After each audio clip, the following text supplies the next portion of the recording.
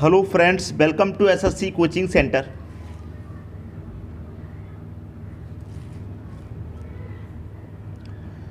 Hello friends, welcome to SSC coaching centre. दोस्तों, आज की वीडियो में बात करेंगे रीजनिंग के सबसे मोस्ट इम्पोर्टेंट चैप्टर की नंबर एनालॉजी की। आप कहेंगे सर आप नंबर एनालॉजी के प्रश्न सबसे ज़्यादा कराते हैं, तो सबसे ज़्यादा कराने का कारण ये है कि सबसे ज़्यादा एग्जाम में पूछा जाता है और ये एक ऐसा चैप्टर है जो कभी ख़त्म नहीं होता। इसमें लॉजिक नए नए बनते रहते हैं। तो चलिए स्टार्ट करते हैं दोस्तों। पहला प्रश्न है आपका, 6 का रिलेशन 2 से है तो 8 का रिलेशन क्या बनेगा। प्रश्न कोई भी हो, एक बार उसे आप खुद से जब तक करके नहीं देखेंगे तब तक आपके समझ में नहीं आएगा। तो जो भी प्रश्न आपकी स्क्रीन पर आए, एक बार वीडियो को पॉज करके तुरंत खुद से करने की कोशिश कीजिए। नहीं आएगा, आंसर आ जाएगा तो सही है, नहीं आ पाया तो कोई बात नहीं, बाद में आप हमारा सॉल्यूशन देख लेना। तो 6 का रिलेशन 2 से है तो 6 से हमें क्या बनाना है, 2। तो मैं 6 से 2 कैसे बना सकता हूँ। अगर मैं 6 में से 4 माइनस कर दूंगा 2 आएगा, 8 में से भी 4 माइनस कर दूंगा 4 आएगा, लेकिन 4 तो ऑप्शन में नहीं है, तो ये रिलेशन तो बिल्कुल भी नहीं बन पा रहा। तो दूसरा रिलेशन क्या बनेगा आपका दोस्तों, क्या है 6। अगर इस 6 में मैं 2 से डिवाइड कर दूँ तो कितनी बार जाएगा, आप कहेंगे सर 3 बार, लेकिन 3 नहीं, हमको तो 2 चाहिए। तो मैं क्या करूँगा, इसमें से अगर 1 माइनस कर दूंगा तो हमें 2 मिल जाएगा। इसका मैंने क्या किया, 2 से डिवाइड कर दिया, मतलब आधा कर दिया। तो मैं 8 में भी 2 से डिवाइड कर दूंगा, कितनी बार जाएगा, 4 बार।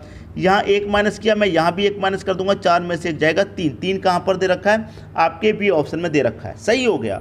लेकिन एक दूसरा तरीका और क्या है दोस्तों, देखिए यहाँ पर एक तरीका और है। जैसे कि यहाँ पर क्या है दोस्तों, 6। अगर मैं 2 की जगह इसे 3 से डिवाइड कर देता तो सीधा सीधा 2 बार में चले जाता, 2 दे रखा है, ठीक है। यहाँ पर कितना है, 8। देखिए मैंने यहाँ पर 6 का आधा 3 से डिवाइड किया है, तो मैं 8 का आधा 4 से डिवाइड करूँगा तो यहाँ पर कितनी बार आएगा, 2 बार जाएगा, ठीक है। तो यहाँ पर 2 आपको बिल्कुल भी नहीं दे रखा, तो ये तरीका बिल्कुल गलत है। जो सही तरीका है वो हम आपको बता रहे हैं, ठीक है। तो 3 आपके प्रश्न का बिल्कुल सही आंसर हो गया। प्रश्न कैसा लगा कमेंट बॉक्स में बता देना। अब देखेंगे अगला प्रश्न। अगला प्रश्न है, 18 का रिलेशन 52 से है तो 12 का रिलेशन क्या। 18 से 52 के पास आप कैसे पहुंच सकते हैं। देखिए 18 से 52 के पास पहुंचना है तो आप ये देखिए, क्या 18 के मल्टीपल कहां तक जाता है। आप कहेंगे सर 18 त्रिका कहां तक जाता है, 54 तक जाता है, लेकिन यहाँ तो 52 दे रखा है, हम तो 2 आगे निकल गए। 2 आगे निकल गए हैं तो 2 को माइनस कर दीजिए, तो 54 में से 2 माइनस कर दूंगा, 52 आ जाएगा, ठीक है। तो मैंने क्या किया, 18 का मल्टीप्लाई 3 से किया, 54 पर पहुँचे, हमको चाहिए था 52, तो हमने 2 माइनस किया 52। वही यहाँ पर कर देंगे दोस्तों, 12 का मल्टीप्लाई यहाँ भी 3 से कर देंगे तो 12 त्रिका कितना होता है, 36 होता है। तो 18 का मल्टीप्लाई 3 से किया तो 54 आया, उसमें से हमने 2 माइनस किया। 12 का मल्टीप्लाई 3 से किया 36 आया, तो इसमें से भी 2 माइनस कर देंगे, 36 में से 2 माइनस कर देंगे, कितना आ जाएगा, 34। 34 दे रखा है पहले ऑप्शन में, तो क्वेश्चन मार्क की जगह यहाँ पर क्या आएगा, 34 आएगा। ये आपके प्रश्न का बिल्कुल सही आंसर है। उम्मीद करता हूँ प्रश्न आप सभी को बहुत अच्छे तरीके से समझ में आ गया होगा। अब देखेंगे अगला प्रश्न। अगला प्रश्न है आपका, अच्छा प्रश्न, लाजवाब प्रश्न। 9 है, 7 है, 80 है, क्वेश्चन मार्क। देखिए यहाँ पर अगर मैं 9 का रिलेशन 7 से बनाऊंगा तो कैसे बन सकता है, सीधा सीधा 9 में से 2 माइनस करिए 7, 80 में से भी 2 माइनस करूँगा 78 आएगा, ऑप्शन में 78 नहीं दे रखा। अब ये क्या होता है, ये 3 का स्क्वायर होता है, तो यह तो स्क्वायर में संख्या नहीं दे रखी है, ठीक है। तो यहाँ पर 3 का स्क्वायर है, पहली संख्या, तो यहाँ भी पहली संख्या स्क्वायर की फॉर्म में होनी चाहिए, लेकिन नहीं है। तो इन दोनों का रिलेशन कैसे भी करके नहीं बन पा रहा है, ये बात आपके दिमाग में आ रही है। जब इन दोनों का रिलेशन नहीं बने, पहली संख्या का रिलेशन दूसरी से नहीं बने, तो पहली संख्या का रिलेशन आप तीसरी से बना करके देख लीजिए। जब इसका रिलेशन इससे नहीं बने तो इसका फिर आप इससे बना करके देख लीजिए। जब आप इसका रिलेशन इससे बनाएंगे तो आपको सीधा सीधा समझ में आएगा कि 9 का स्क्वायर कितना होता है, 81 होता है। यहाँ 80 दे रखा है, इसका मतलब इसमें से आप -1 कर देंगे तो 80 हो जाएगा। समझ में आई बात। तो 9 का स्क्वायर -1, वही आप रिलेशन फिर यहाँ पर बना देंगे। तो यहाँ पर आप बनाएंगे, क्या करेंगे, 7 का स्क्वायर कितना होता है दोस्तों, 49। तो जो स्क्वायर था उसमें से 1 माइनस किया, तो यहाँ पर जो स्क्वायर है उसमें से 1 माइनस करेंगे, 49 में से 1 माइनस कर देंगे, आंसर आ जाएगा 48। पहले ऑप्शन में है दोस्तों 48, क्वेश्चन मार्क की जगह 48 आ जाएगा। बताइए इस प्रश्न को पहले से कितने स्टूडेंट नहीं कर पा रहे थे, कितने स्टूडेंट ऐसे हैं जो इस प्रश्न में फंस गए थे, कमेंट बॉक्स में ज़रूर बताइएगा। अब देखेंगे दोस्तों अगला प्रश्न। अगला प्रश्न है 245 का रिलेशन 0 से है तो 223 का रिलेशन क्या बनेगा। मैं आपको पहले भी बता चुका हूं कि जिस क्वेश्चन में 0 आ जाता है वो प्रश्न थोड़ा कठिन बन जाता है, लेकिन बिल्कुल कठिन नहीं बनेगा। आप तरीकों को सीखते चलिए। 245 का रिलेशन 0 से है तो आपको क्या दे रखा है, 2, 4 भी है और 5 भी। अगर मैं इन तीनों का आपस में मल्टीप्लाई करूँ, 2 चौके 8, 8 5 कितना हो जाएगा, आप कहेंगे सर 40 हो जाएगा। अब हमको क्या चाहिए, 0। तो मैं क्या करूं, इन दोनों संख्याओं का जो 40 आया आपस में फिर से मल्टीप्लाई कर दूं। तो 4 का 0 मल्टीप्लाई करेंगे तो 0 ही तो आएगा। अब यहाँ पर वही कीजिए, 2 है आपके पास, फिर से 2 है, 3 है, आपस में मल्टीप्लाई करो। 2 दूने का 4, 4 त्रिक का कितना हो जाएगा, आप कहेंगे सर 12। जो आया था उसका आपस में फिर से मल्टीप्लाई किया तो मैं यहाँ पर फिर से मल्टीप्लाई कर दूंगा तो 2 एकम कितना हो जाएगा, 2 हो जाएगा। तो यहाँ पर क्वेश्चन मार्क की जगह क्या आएगा, 2। 2 दे रखा है डी ऑप्शन में, ये आपकी क्वेश्चन का बिल्कुल सही आंसर हो जाएगा, बिल्कुल सही। ठीक है दोस्तों, अब देखेंगे अगला प्रश्न। अगला प्रश्न है 72 का रिलेशन 18 से है तो 56 का रिलेशन यहाँ पर क्या बनेगा। प्रश्न को अच्छे से समझिएगा क्योंकि इस प्रश्न में 2 आंसर दे रखे हैं। देखिए कैसे 2 आंसर हैं। यहाँ पर 72 का रिलेशन मुझे 18 से बनाना है, ठीक है। 72 का रिलेशन 18 से है तो आपको एक बात सीधे सीधे मालूम है कि 18 का मल्टीप्लाई में 72 आता है कि नहीं आता। आप कहेंगे 18 दूनी 36, 36 दूनी 72, मतलब 18 चौके 72। 18 का 4 का मल्टीप्लाई होता है दोस्तों 72। 18 का मल्टीप्लाई अगर मैं 4 से करूँ तो 72, तो कितने का मल्टीप्लाई 4 से करने पर 56 आता है।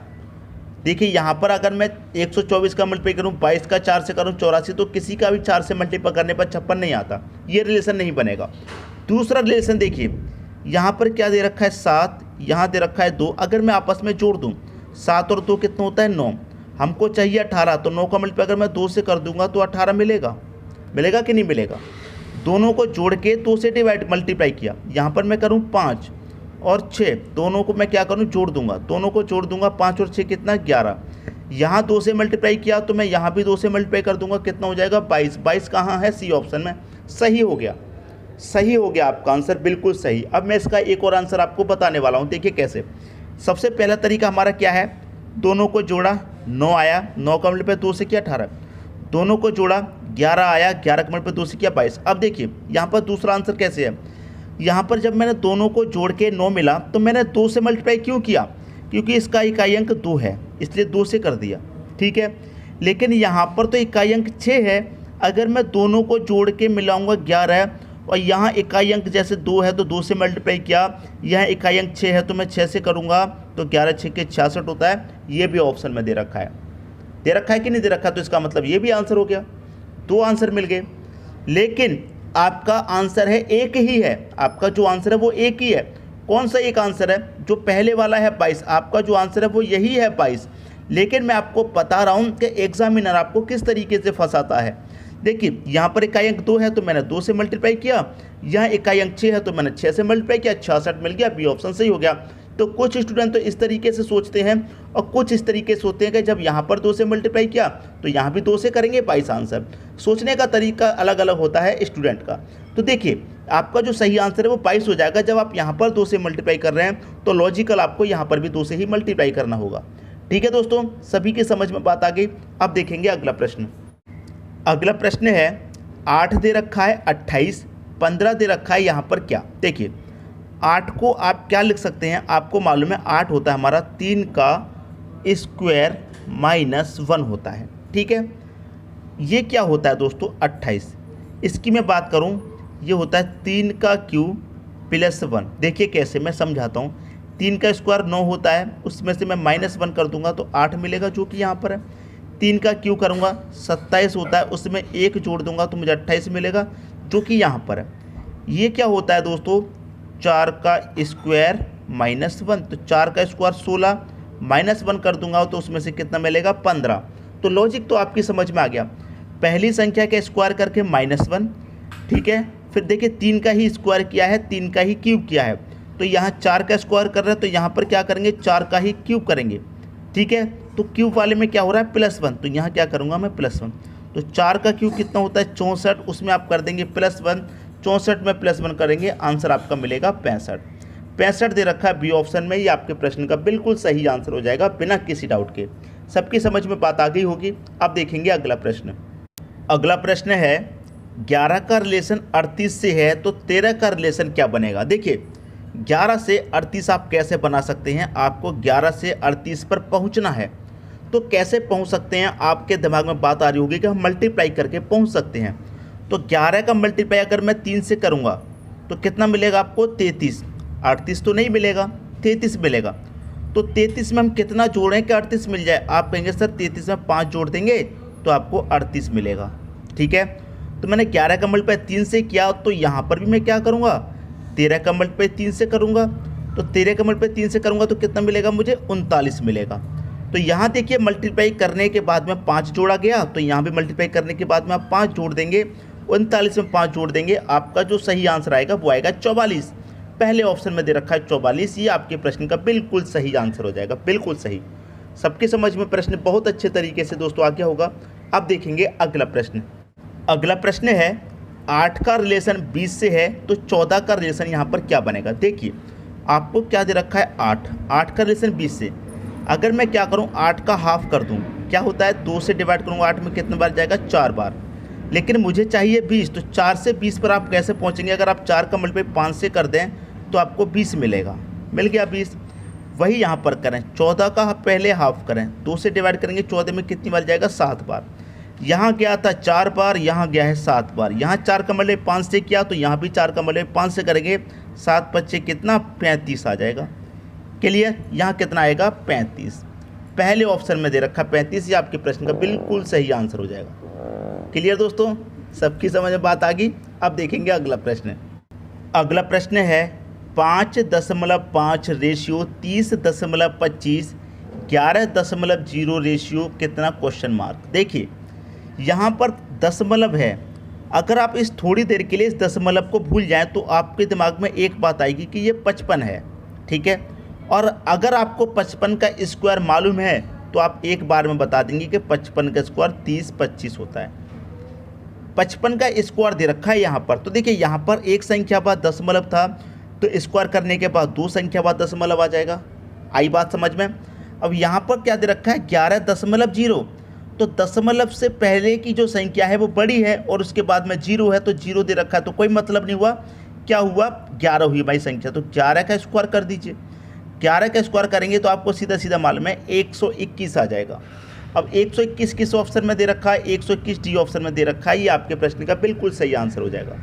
सबके समझ में बात आ गई। तो आपको स्क्वायर याद होने चाहिए अच्छे तरीके से, तभी आप इन प्रश्नों को हल कर पाएंगे।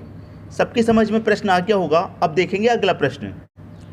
अगला प्रश्न है 25 दे रखा है, 25 का रिलेशन मुझको 37 से बनाना है, उसी तरीके से 49 का रिलेशन बनेगा। देखिए यहाँ पर क्या दे रखा है, 25 का मतलब क्या है दोस्तों, सीधा सीधा 5 का स्क्वायर दे रखा है।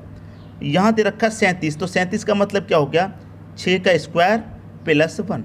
यही तो हो गया, क्योंकि 6 का स्क्वायर 36 होता है, उसमें प्लस 1 कर देंगे 37 हो जाएगा। यहाँ क्या दे रखा, 49 का मतलब क्या हो गया, 7 का स्क्वायर। तो यहाँ पर क्या आएगा, देखिए यहाँ पर 5 के बाद क्या हो गया, 6 हो गया, 5 में प्लस 1 किया। यहाँ 7 के बाद क्या हो जाएगा, 7 में भी प्लस 1 करेंगे तो क्या हो जाएगा, 8 का स्क्वायर हो जाएगा। पहली संख्या में तो स्क्वायर हो रहा है, तो यहाँ भी पहली संख्या में स्क्वायर, दूसरी संख्या में स्क्वायर प्लस 1, तो यहाँ भी स्क्वायर प्लस 1 हो जाएगा। तो 8 का स्क्वायर करेंगे आप 64 और उसमें प्लस 1 कर देंगे तो कितना आ जाएगा, 65। ये आपके प्रश्न का सही आंसर हो गया। डी ऑप्शन में दे रखा 65, ये बिल्कुल सही आंसर हो जाएगा। उम्मीद करता हूँ सभी की समझ में प्रश्न बहुत ही अच्छे तरीके से दोस्तों आ गया होगा। दोस्तों वीडियो पसंद आया लाइक करें, दोस्तों में शेयर करें। यदि अभी तक आपने हमारे चैनल को सब्सक्राइब नहीं किया है तो कर लीजिए और बेल आइकन का बटन भी दबा दीजिए दोस्तों। धन्यवाद।